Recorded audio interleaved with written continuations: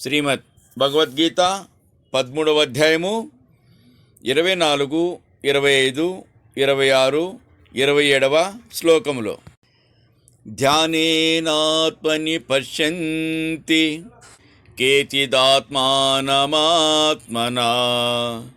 అన్నే సాంఖ్యేన యోగేన కర్మయోగేన చాపరే.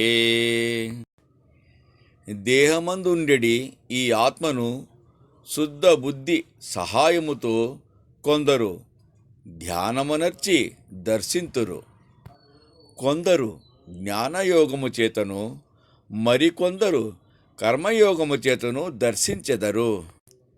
అన్యే తేవమజానంతః శ్రుత్వానేభ్య ఉపాసతే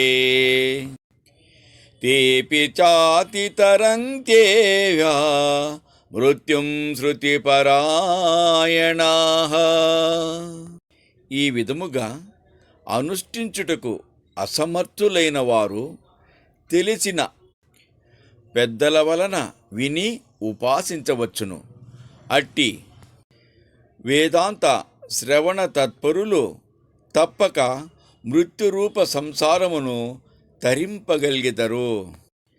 యావత్ సంజాయతే కించిత్ సత్వం స్థావర జంగమం క్షేత్రజ్ఞ సంయోగాత్ తద్విద్ధి భరతర్షభ. భరతశ్రేష్ఠ, స్థావర జంగమ రూపమగు మొత్తము జీవరాశి ఎంతయో క్షేత్రజ్ఞ సంయోగము వలననే పుట్టుచున్నదని ఎరుగుము. సమం సర్వేషు భూతేషు తిష్టంతం పరమేశ్వరం వినశ్యస్త్వ వినశ్యంతం యః పశ్యతి సపశ్యతి.